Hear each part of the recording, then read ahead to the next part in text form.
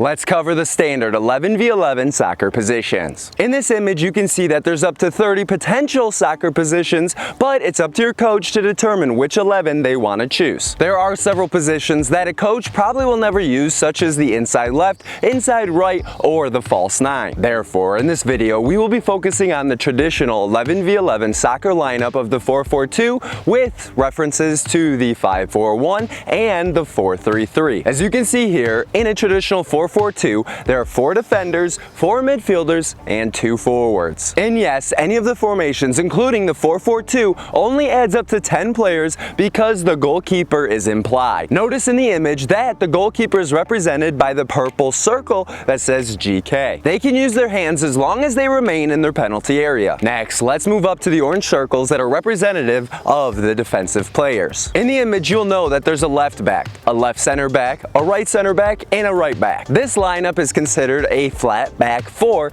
because the defenders are in a line, there are no wing backs that go up to aid in the attack, and there's no sweeper that's behind the defensive line to pick up any loose passes or balls or players that come through. Most professional teams don't use a sweeper because it almost always ensures that the other team is not offsides when making passes. In the midfield, there's a left midfielder, left center midfielder, right center midfielder, and right midfielder. However, many teams prefer to use a diamond midfield for their formation. This involves having 1 attacking center midfielder and 1 defensive center midfielder. Coaches primarily use this diamond formation to ensure that they always have at least 1 midfielder that's ready to defend. Midfielders tend to run the most because they have defensive and offensive responsibilities on the field and could give this video a like. A team often has 2 forwards, a left forward and a right forward, although some coaches prefer to use a striker and a center forward instead. A center forward is usually the taller of the 2 forwards. Center forwards often receive clearances from the defenders and midfielders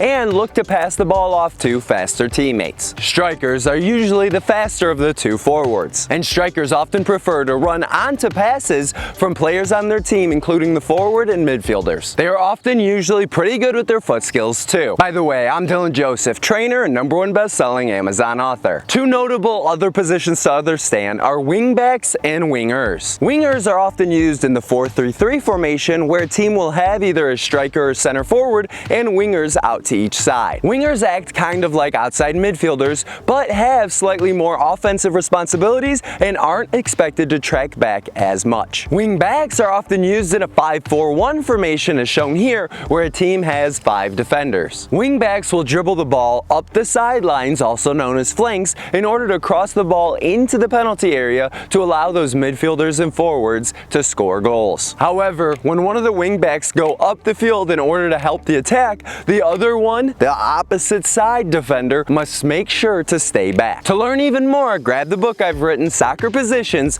using the link.